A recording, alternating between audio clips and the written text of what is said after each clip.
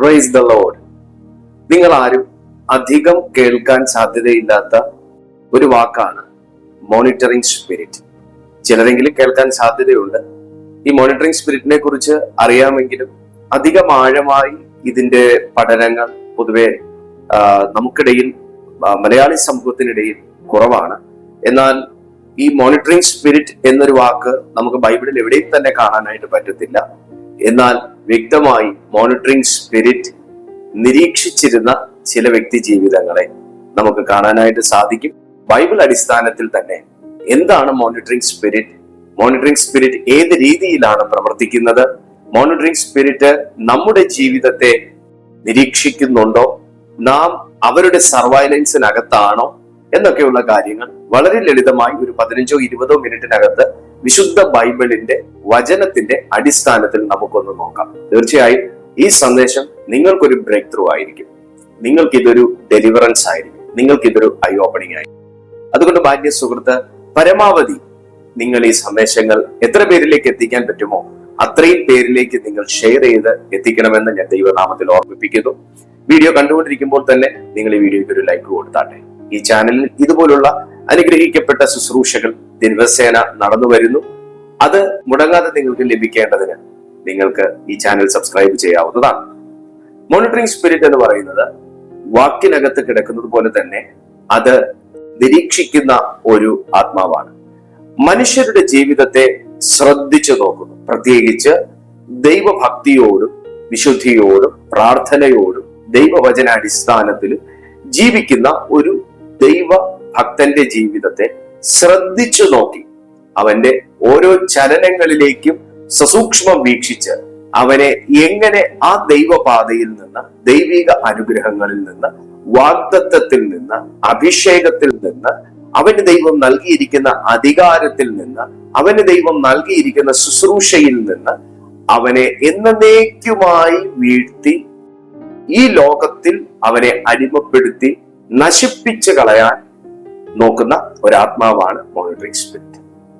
ഈ മോണിറ്ററിംഗ് സ്പിരിറ്റിന്റെ പ്രവർത്തന രീതി എന്ന് പറയുന്നത് അവൻ വ്യക്തിയിലേക്ക് സസൂക്ഷ്മം നോക്കുന്നു, വ്യക്തിയുടെ നിലപാടിലേക്ക് സസൂക്ഷ്മം നോക്കുന്നു, വ്യക്തിയുടെ ഫോക്കസിലേക്ക് അവൻ സസൂക്ഷ്മം വീക്ഷിക്കുന്നു, അവന്റെ ഓരോ ചുവടുവയ്പ്പുകളും സസൂക്ഷ്മം വീക്ഷിക്കുന്നു, അവന്റെ വായിൽ നിന്ന് വീഴുന്ന ഓരോ വാക്കുകളും, ആ വാക്ക് നിങ്ങളൊന്ന് ശ്രദ്ധിക്കണം, അവന്റെ വായിൽ നിന്ന് വീഴുന്ന ഓരോ നല്ല വാക്കും തീയതായ വാക്കും സസൂക്ഷ്മം വീക്ഷിച്ച് അതിൽ ഒരവകാശമുണ്ടോ എന്ന് നോക്കി സഡൻലി അറ്റാക്ക് ചെയ്ത് തന്റെ പ്രവൃത്തിയെ വിജയപഥത്തിൽ എത്തിക്കാൻ ശ്രമിക്കുന്ന 24/7 ശ്രമിച്ചുകൊണ്ടിരിക്കുന്ന ഒരു സ്പിരിറ്റാണ്. വളരെ ഡേഞ്ചറസ് ആയിട്ടുള്ള ഒരു സ്പിരിറ്റാണ് മോണിറ്ററിംഗ് സ്പിരിറ്റ്. മറ്റൊന്ന്, ഒരു വ്യക്തിയെ വീഴ്ത്താൻ ഏതു വഴിയും ഇവൻ നോക്കും. അക്കൂട്ടത്തിൽ ഒന്നാണ് ഒറ്റപ്പെടുത്തുക. ഭയങ്കരമായിട്ട് നിരാശ, ഒറ്റപ്പെടൽ ഒക്കെ ജീവിതത്തിലേക്ക് കൊണ്ടുവരിക. നമുക്ക് ഓരോ വ്യക്തി ജീവിതങ്ങളിലേക്ക് നമുക്കൊന്ന് നോക്കാം. ന്യായാധിപന്മാരുടെ പുസ്തകം 16-ാമത്തെ അധ്യായത്തിലേക്ക് പോയി കഴിഞ്ഞാൽ അതിശക്തമാകുന്ന അഭിഷേകത്തിൽ നിറയപ്പെട്ടിരുന്ന ശിംശോൻ എന്ന ഒരു മനുഷ്യനെ നമുക്ക് കാണാനായിട്ട് കഴിയും. ദൈവം തന്നെ നേരിൽ ഇറങ്ങി വന്ന്, തന്റെ ശക്തിയായി ഇറങ്ങി വന്ന് പലപ്പോഴും ബന്ധനങ്ങളിൽ നിന്നും അപകടങ്ങളിൽ നിന്നും വിടുവിച്ച, മരണകരമാകുന്ന അനുഭവത്തിൽ നിന്ന് വരെ വിടുവിച്ചൊരു മനുഷ്യനാണ് ശിംശോൻ. അതിശക്തമാകുന്ന ഒരു അഭിഷേകം ഉണ്ടായിരുന്ന മനുഷ്യൻ. ആ മനുഷ്യനെ ഒരു മോണിറ്ററിംഗ് സ്പിരിറ്റ് അറ്റാക്ക് ചെയ്തു എന്ന് പറഞ്ഞാൽ നിങ്ങൾ വിശ്വസിക്കുമോ? ഇല്ല. കാരണം ബൈബിളിൽ അങ്ങനെ കാണുന്നില്ല, അതുകൊണ്ട് വിശ്വസിക്കില്ല. എന്നാൽ ശ്രദ്ധിക്കൂ, മോണിറ്ററിംഗ് സ്പിരിറ്റ് ഒരു സ്പിരിറ്റ് ആയിട്ടല്ല നമ്മുടെ ജീവിതത്തിൽ പ്രവർത്തിക്കുന്നത്. മോണിറ്ററിംഗ് സ്പിരിറ്റ് ഒരു വ്യക്തിയിലൂടെയാണ് നമ്മുടെ ജീവിതത്തിൽ പ്രവർത്തിക്കുന്നത്. Price the Lord. Monitoring spirit അത് അദൃശ്യമായിട്ടൊന്നും അല്ല നമ്മുടെ ജീവിതത്തിൽ പ്രവർത്തിക്കുന്നത്. അവൻ ദൃശ്യമായി ഒരു വ്യക്തിയിലൂടെയാണ് നമ്മുടെ ജീവിതത്തിലേക്ക് അവൻ പ്രവേശിക്കുന്നത്. ശ്രദ്ധിച്ചാട്ടെ, ന്യായാധിപന്മാരുടെ പുസ്തകത്തിൽ ശിംശോൻ എന്ന് പറയുന്ന മനുഷ്യനെ മോണിറ്റർ ചെയ്യാൻ വേണ്ടി ഏർപ്പെടുത്തിയിരുന്ന ഒരു വ്യക്തിത്വമായിരുന്നു ദലീല. നമുക്ക് തിരുവെഴുത്ത് വായിക്കുമ്പോൾ നമുക്ക് കാണാൻ പറ്റും, ദിനം പ്രതി താൻ എങ്ങോട്ട് പോയാലും തന്റെ പുറകെ നടന്ന് നിന്റെ ശക്തിയുടെ സ്രോതസ് എവിടെയാണ്, നീ അഭിഷേകം ഒളിപ്പിച്ചിരിക്കുന്നത് എവിടെയാണ്? നീ എങ്ങനെയാണ് ഇങ്ങനെയുള്ള അത്ഭുതങ്ങൾ ചെയ്യുന്നത്? നിന്റെ ശക്തി കേന്ദ്രം എവിടെയാണ്?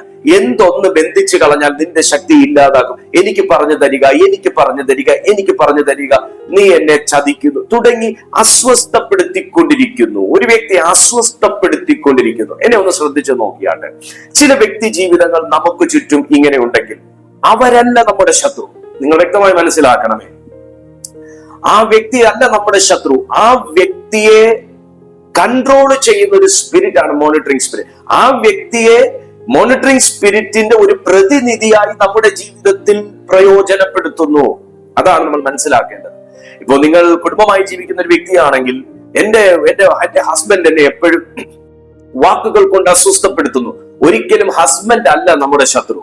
അല്ലെങ്കിൽ വൈഫ് എന്നെ എപ്പോഴും ഒരു കാര്യം തന്നെ ഇങ്ങനെ ചുമ്മാ പറഞ്ഞുകൊണ്ടിരിക്കുന്നു, എപ്പോഴും ഒരു കാര്യം ചെയ്യാൻ ആവർത്തിച്ചു പറയുന്നു, എന്നെ കുറ്റപ്പെടുത്തുന്നു, എന്നെ തിരസ്കരിക്കുന്നു, എന്നെ റിജക്റ്റ് ചെയ്യുന്നു, എന്നെ വേദനിപ്പിക്കുന്നു. നമ്മുടെ വൈഫ് അല്ല നമ്മുടെ ശത്രു.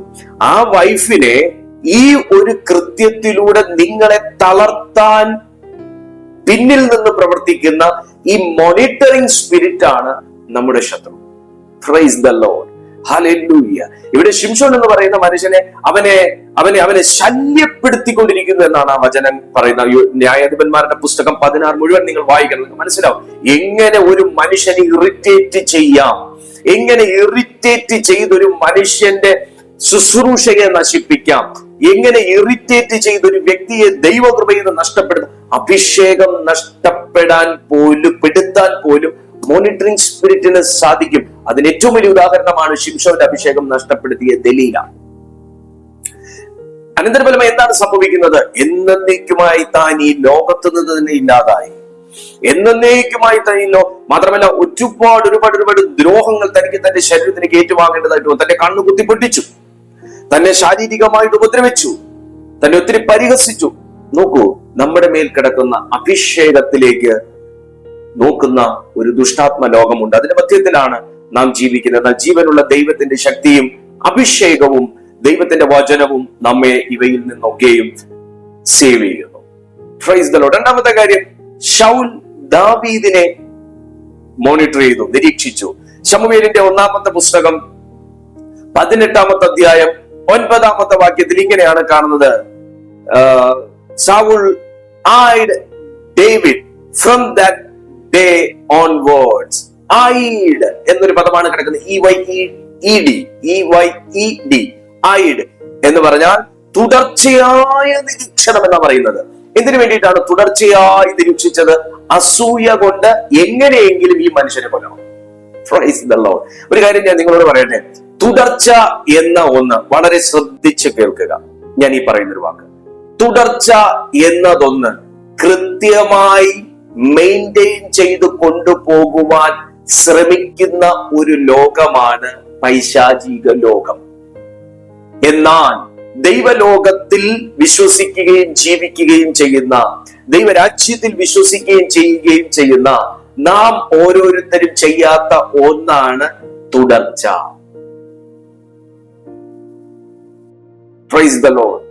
ഒരു കാര്യത്തിൽ നമ്മൾ കൺസിസ്റ്റന്റ് അല്ലാത്ത ഒരവസ്ഥ, കോൺസ്റ്റന്റ് ആയി ഒരു കാര്യത്തെ നാം കൊണ്ടുപോകാത്ത അവസ്ഥ. പ്രാർത്ഥനാ ജീവിതമാണെങ്കിലും മറ്റെന്തെങ്കിലും ദൈവിക കാര്യങ്ങളാണെങ്കിലും നാം ഏറ്റെടുത്തിരിക്കുന്ന ഒരു കാര്യത്തിലാണെങ്കിലും റെസ്പോൺസിബിൾ ആയിട്ടുള്ള ഒരു കാര്യത്തിലാണ് നമുക്ക് തുടരാൻ കഴിയുന്നില്ല, തുടർച്ച കൈവരിക്കുവാൻ കഴിയുന്നില്ല. എന്നാ നോക്കൂ, ഐഡ് എന്ന് പറഞ്ഞാൽ തുടർച്ചയായി നിരീക്ഷിച്ചു.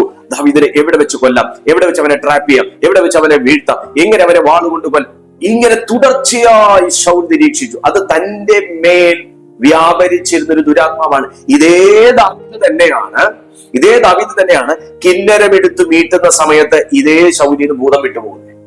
അപ്പൊ ഈ മനുഷ്യനെ കൺട്രോൾ ചെയ്തിരുന്ന ഒരു ഡിമോണിക് റിലം ഉണ്ടായിരുന്നു. അതിലൊന്നായിരുന്നു പല ഡിമോണിക് സ്പിരിറ്റിൽ ഒന്നായിരുന്നു മോണിറ്ററിംഗ് സ്പിരിറ്റ്. അതുകൊണ്ടാണ് ദാവീദ് ചെയ്യുന്ന ഓരോ കാര്യങ്ങളും വീക്ഷിക്കുന്നത്. എന്നെ ഒന്ന് ശ്രദ്ധിച്ചാട്ടെ, നിങ്ങളെ വീക്ഷിക്കുന്ന ചിലർ, നിങ്ങളുടെ ഓരോ ചലനങ്ങളും വീക്ഷിക്കുന്ന ഒരു ചിലർ, നിങ്ങളുടെ വായിൽ നിന്ന് എന്ത് വീഴും, നിങ്ങൾ എന്തെങ്കിലും ഒരു നന്മ ചെയ്യാൻ പോകുന്നു എന്നറിഞ്ഞാൽ ഉടൻ അതിനെതിരെ ചിന്തിക്കുന്ന ചിലർ, അവരെ കൺട്രോൾ ചെയ്യുന്ന ഒരു മോണിറ്ററിംഗ് സ്പിരിറ്റിനെതിരെ പ്രാർത്ഥിച്ച് ജയമെടുക്കണം. ഹല്ലേലൂയ. ഇയ്യോബിന്റെ പുസ്തകത്തിലേക്ക് പോയാൽ 1-ാമത്തെ അധ്യായം അതിന്റെ 7-ാമത്തെ വാക്യം പഠിച്ചാൽ ഇങ്ങനെ നമുക്ക് കാണാൻ പറ്റും. അവിടെ സാത്താൻ ഇയ്യോബിന്റെ ജീവിതത്തെ നിരീക്ഷിച്ചു വന്നു. സ്കൗട്ടിംഗ് എന്നൊരു വാക്കാണ് അവിടെ കിടക്കുന്നത്. സ്കൗട്ടിംഗ് എന്നൊരു വാക്ക് എന്ന് പറയുമ്പോൾ അത് പട്ടാള ഭാഷയാണ്. ഒരു യുദ്ധത്തിന് മുൻപ് ശത്രുക്കൾ ചെയ്യുന്ന ഒരു നിരീക്ഷണത്തെയാണ്, ഒരു നിരീക്ഷണം, സസൂക്ഷ്മം വീക്ഷിക്കും. അതിനെയാണ് സ്കൗട്ടിംഗ് എന്നൊരു വാക്കുകൊണ്ട് അർത്ഥമാകുന്നത്.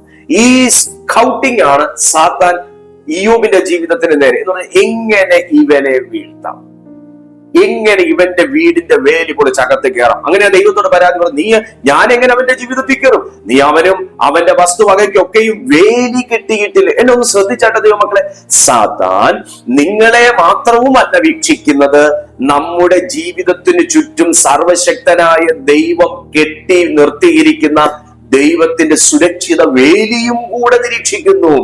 എന്താണ്? ഈ വേലി എങ്ങനെ പൊളിക്കാം, ഈ വേലി പൊളിച്ച് എങ്ങനെ ഇവന്റെ ജീവിതത്തിൽ കയറാം, എങ്ങനെ ഇവന്റെ നന്മകളെ തടയാം, എങ്ങനെ ഇവനെ വീഴ്ത്താം, എങ്ങനെ ഇവനെ രോഗിയാക്കാം, എങ്ങനെ ഇവനെ ദരിദ്രനാക്കാം, എങ്ങനെ ഇവനെ വിശ്വാസ ജീവിതത്തിന് കെടുത്താം, വീക്ഷിച്ചുകൊണ്ടിരിക്കുന്ന ഒരു ദുരാത്മാ ലോകം. Price the Lord. തീർന്നില്ല. കർത്താവും രക്ഷകനുമാകുന്ന യേശു ക്രിസ്തുവിന്റെ ജീവിതത്തെ വീക്ഷിച്ച പരീശന്മാർ എന്താ നോക്കിയത്? അവിടെ ലൂക്കോസിന്റെ സുവിശേഷം 20:20 they watched him closely to trap him. യേശുവിൻ watched him closely. അവനെ സസൂക്ഷ്മം വീക്ഷിച്ചു. എന്താ? അവന്റെ വായിന്നെങ്ങാനും ഒരു വാക്ക് വന്നാൽ വാക്കിൽ ഇവനെ കൊടുക്കണം. ദൈവമക്കളെ, ഞാൻ അതാ പറഞ്ഞത്, നിങ്ങളുടെ വായി എന്ന് വരുന്ന ഓരോ വാക്ക്. ചില വ്യക്തികളോട് ചില കാര്യങ്ങൾ നാം ചെയ്യാൻ പോകുന്നു എന്ന് പറഞ്ഞാൽ ആ കാര്യം നടക്കത്തില്ല. ചില വ്യക്തികളോട് ചില കാര്യങ്ങൾ ചെയ്യുന്നതിന് മുന്നേ നമ്മൾ പറഞ്ഞു കഴിഞ്ഞാൽ ആ കാര്യം നടക്കാൻ തടസ്സവും കാലതാമസവും ചിലപ്പോൾ നടന്നില്ല എന്ന് തന്നെ വരും. ചില വ്യക്തികളെ കൂട്ടി ചില കാര്യങ്ങൾക്ക് നമ്മൾ പോയി കഴിഞ്ഞാൽ ആ കാര്യത്തിൽ തടസ്സങ്ങൾ വരും. ഇതൊന്നും ആ വ്യക്തിയുടെ പ്രശ്നമല്ല.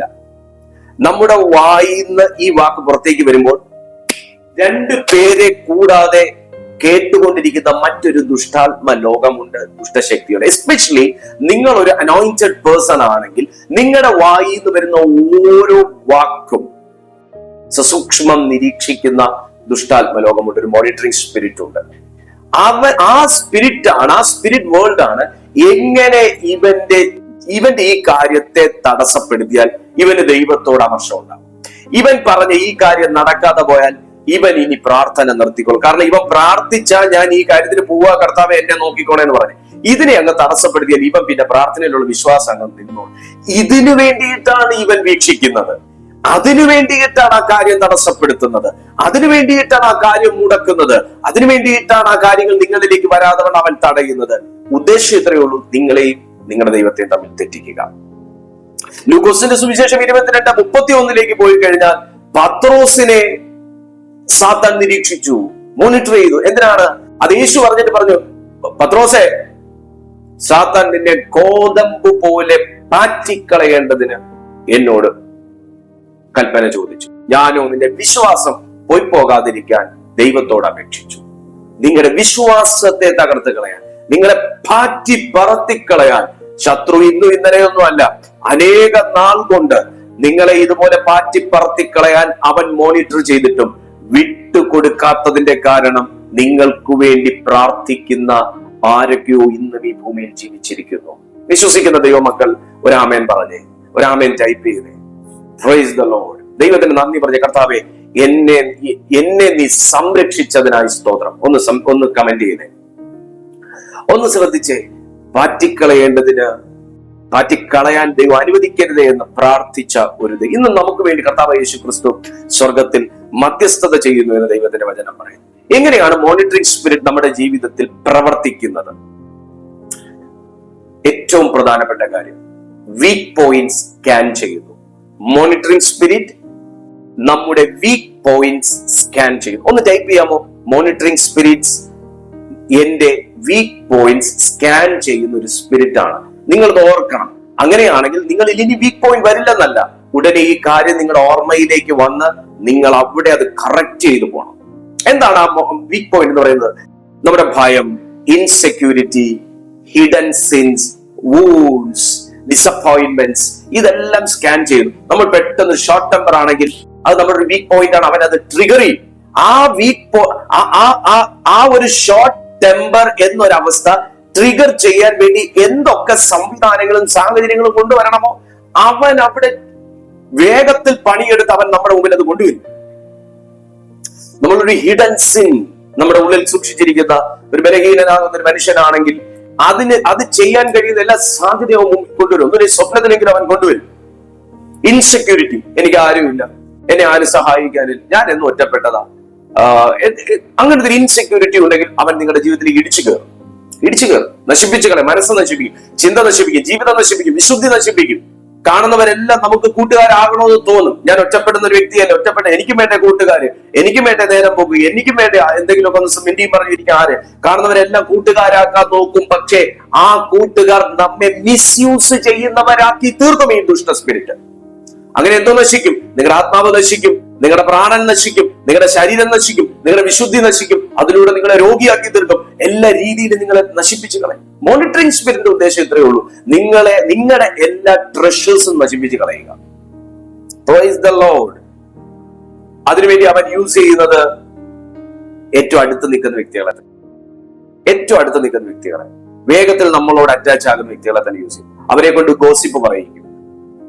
നിങ്ങളുടെ ജീവിതത്തെ കുറിച്ച് സുഖമാണോ, കഴിച്ചോ, കുടിച്ചോ എന്നൊക്കെ അന്വേഷിക്കുന്നവരെ തന്നെ അവരിലൂടെ അന്വേഷിച്ച് അവരിലൂടെ തന്നെ നമുക്ക് തടസ്സങ്ങൾ സൃഷ്ടിക്കുന്ന ലെവലിലേക്ക് ആക്കി മാറ്റി. ചില കാര്യങ്ങൾ ചിലർ ചോദ്യം ഇങ്ങനെ ഇളക്കി ചോദിച്ചുകൊണ്ടിരിക്കും. നമ്മൾ അത് ഒറ്റ വാക്കിൽ ഉത്തരം പറഞ്ഞ് നിർത്താന്ന് വെച്ചാലും അവർ സമ്മതിക്കത്തില്ല. ആണോ, അത് എന്നിട്ട് എങ്ങനെ ചെയ്യാന്ന് ഉദ്ദേശിക്കുന്നത്?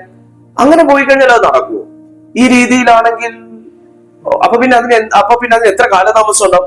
ഇങ്ങനെ ചോദിച്ച് ഇളക്കി നമ്മൾ ഇതിനെല്ലാം ഉത്തരം കൊടുത്തോണ്ടിരിക്കുക. നമുക്ക് താല്പര്യം ഇല്ലെങ്കിലും ചോദിച്ചിട്ട് എങ്ങനെ പറയാതിരിക്കുന്നതെന്നോട് നമ്മൾ ഉത്തരം കൊടുത്തോണ്ടിരിക്കുക. പക്ഷെ ഇതിന്റെ ഉദ്ദേശം ഇത്രയേ ഉള്ളൂ, നിങ്ങളെ ട്രാപ്പ് ചെയ്യുക. ഞാൻ വീണ്ടും പറയുന്നു, ഇതൊന്നും വ്യക്തികളെ അല്ല നമ്മൾ ടാർഗറ്റ് ചെയ്യേണ്ടത്, അവരെ കൺട്രോൾ ചെയ്യുന്ന സ്പിരിറ്റ്. നമുക്കാണ് ദൈവം വിസ്ഡം തന്നിരിക്കുന്നത്. അതിനാണ് ദൈവം നമുക്ക് ജ്ഞാനവും ബോധവും എല്ലാം കർത്താവ് നമുക്ക് തന്നിരിക്കുന്നത്. അത് യൂസ് ചെയ്ത് നിങ്ങൾ അതിനെ ജയിക്കുക. മറ്റൊന്നെന്ന് പറയുന്നത് നമ്മുടെ പാറ്റേൺ, നമ്മുടെ തോട്ട് പാറ്റേൺ, അതുപോലെ നമ്മുടെ ജീവിതത്തിലെ ഓരോ രീതികളും ചട്ടങ്ങളും ഈ മോണിറ്ററിംഗ് സ്പിരിറ്റ് മനസ്സിലാക്കി വെക്കാറുണ്ട്. നമ്മുടെ ടൈമിങ്സ് അറിയുന്നു, നമ്മുടെ റൊട്ടീൻ അറിയുന്നു, ഈവൻ നമ്മുടെ ഇമോഷൻ സൈക്കിൾ പോലും ഇവൻ മനസ്സിലാക്കുന്നു. നമ്മുടെ ഒരു ദിവസത്തെ റൊട്ടീൻ എന്താണ്, നമ്മൾ രാവിലെ എഴുന്നേറ്റ് എന്താ ചെയ്യുന്നത്, നമ്മുടെ ടൈമിങ് എങ്ങനെയാണ്, നമ്മുടെ പ്രയർ ടൈം എങ്ങനെയാണ്, ഇതെല്ലാം ഇവൻ മോണിറ്റർ ചെയ്യുന്നു. ഇവൻ അറിയാം. എന്നിട്ട് അതിനകത്ത് നിങ്ങൾ ശ്രദ്ധിക്കൂ, നിങ്ങൾക്ക് ഏറ്റവും കൂടുതൽ തടസ്സം പ്രാർത്ഥിക്കാനായി. ബിക്കോസ് നിങ്ങൾ പ്രാർത്ഥിക്കുന്നു എന്ന ഒരു റൊട്ടീൻ, നിങ്ങളുടെ ഒരു ദിവസത്തെ റൊട്ടീൻ്റെ അകത്ത് പ്രാർത്ഥന എന്നൊന്നുണ്ടെന്ന് അവരറിയാം. നിങ്ങൾക്ക് ഏറ്റവും തടസ്സം എന്ന് പറയുന്നത് ഒന്ന് പുറത്തേക്ക് പോകണമെന്ന് ആഗ്രഹിച്ചാൽ അതിനായിരിക്കും ഏറ്റവും തടസ്സം. ബിക്കോസ് നിങ്ങൾ ഇന്ന് പുറത്ത് പോകണം എന്ന് തയ്യാറെടുക്കുന്നു എന്ന് പോലും അവൻ അറിയാം. Price the Lord. നിങ്ങൾക്ക് ഏറ്റവും തടസ്സം പഠിക്കുന്ന കുഞ്ഞുങ്ങളാണെങ്കിൽ ഏറ്റവും തടസ്സം നിങ്ങൾക്ക് പഠിക്കാനായി. കാര്യം നിങ്ങൾ നന്നായി പഠിക്കണം എന്നൊരു ആഗ്രഹം നിങ്ങൾ ദൈവത്തോട് പറഞ്ഞ് പ്രാർത്ഥിക്കുന്നത് അവൻ കേട്ടോണ്ടിരിക്കും. Monitoring spirit. Praise the Lord. എന്നാൽ നിങ്ങൾക്ക് അതിനകത്തൊരു ആശ്വാസകരമാകുന്ന ഒരു കാര്യമാണ് ഞാനത് അവസാനം പറയുന്നത്. എന്നാൽ മറ്റൊരു കാര്യം എന്ന് പറഞ്ഞാൽ, ഈ മോണിറ്ററിംഗ് സ്പിരിറ്റിന്റെ ഏറ്റവും വലിയ ശക്തമായ അറ്റാക്ക് ഉണ്ടാകുന്നത് ഒരു ബ്രേക്ക് ത്രൂ നമ്മുടെ ജീവിതത്തിൽ വരുന്നതിന് തൊട്ടു മുന്നേ ആയിരിക്കും. വളരെ ആശ്വാസകരമാകുന്ന ഒരു കാര്യമാണ്. ഒരു ബ്രേക്ക് ത്രൂ വരുന്നതിന് തൊട്ടു മുന്നേ ആ മോണിറ്ററിംഗ് സ്പിരിറ്റ് ആ ടൈം ശ്രദ്ധിക്കുന്നു. നമ്മളോടൊരു വ്യക്തി ദൂത് പറയുകയാണ്, ഇങ്ങനെ ഒരു കാര്യം നടക്കാൻ പോകും, ഇന്ന മാസം നിനക്ക് നടക്കും. നമ്മളത് ആരോടെങ്കിലും ഇന്ന മാസം എന്റെ ജീവിതത്തിൽ ഒരു വിടുതൽ നടക്കാനുണ്ട് കേട്ടോ എന്ന് നമ്മൾ പറയുന്ന ആ ശബ്ദം നമ്മൾ സന്തോഷം കൊണ്ടാ പറയും. പക്ഷെ നിങ്ങളെ മോണിറ്റർ ചെയ്യുന്ന ഒരു കൂട്ടം ദുഷ്ടാത്മാക്കൾ അത് കേട്ടുകൊണ്ടിരിക്കുന്നു. ആ ടൈം ഉടൻ അവരവിടെ മാർക്ക് ചെയ്യുകയാണ്. ആ ടൈമിൽ അവരവിടെ തടസ്സങ്ങൾ സൃഷ്ടിക്കും. Price the Lord.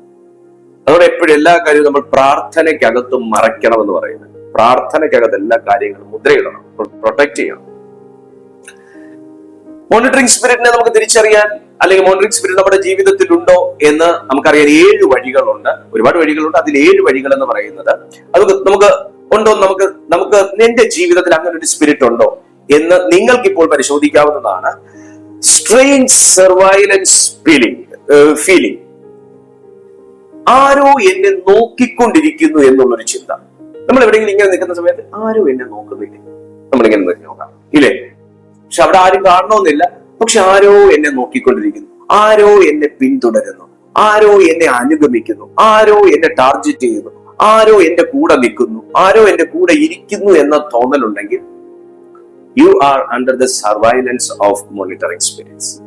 ഒന്നും പേടിക്കേണ്ട, യേശുവിന്റെ നാമത്തിൽ എനിക്ക് ചുറ്റും നിൽക്കുന്ന ഇരുട്ടിന്റെ വലയങ്ങൾ തകർന്നു പോകട്ടെ എന്ന് പ്രാർത്ഥിച്ചാൽ ആ സാധനം വിട്ടുപോകും. ഒരു ബ്രേക്ക് ത്രൂവിന് മുമ്പുള്ള ഹെവൻലി ഒപ്രഷൻ, പലതരത്തിലുള്ള തടസ്സങ്ങൾ, ഒരു ഡെലിവറൻസിലേക്കാ പോകുന്നത്. ഈ പ്രസവ വേദന പോലെ അടുത്ത സെക്കൻഡിൽ നമ്മുടെ ഒരു റിസൾട്ട് കാണാൻ പോവുക, ഒരു സന്തോഷം കാണാൻ പോവുക. അതിന് തൊട്ടു മുന്നേ ഒരു അമ്മ അനുഭവിക്കുന്ന ആ ഒരു ലേബർ പെയിൻ പോലെയുള്ള ഭയങ്കരമാകുന്ന സംഘർഷം, വേദന, ദുഃഖം, അകാരണമാകുന്ന ദേഷ്യം, ഈ സ്പിരിച്വൽ ഓപ്പറേഷൻ ഉണ്ടാകുന്നതിന്റെ കാരണം ഈ ഒരു സ്പിരിറ്റിന്റെ അറ്റാക്ക് ആണ്. പക്ഷെ നമ്മൾ അതിനെ ജയിക്കും, കാരണം വാഗ്ദത്തം നമ്മുടെ മേൽ കിടക്കുന്നുണ്ട്. അൺഎക്സ്പെക്ടഡ് ഡിലേസ്, എല്ലാ കാര്യങ്ങൾക്കും ഒരു കാലതാമസം. എന്നാൽ ബാക്കി എല്ലാവർക്കും വേഗത്തിൽ നടക്കുന്നു.